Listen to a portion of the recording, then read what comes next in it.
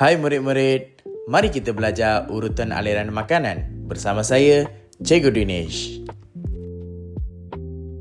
Makanan yang dimakan akan melalui beberapa bahagian badan, iaitu mulut, esophagus, perut, usus dan dubur. Proses pencernaan bermula dari mulut.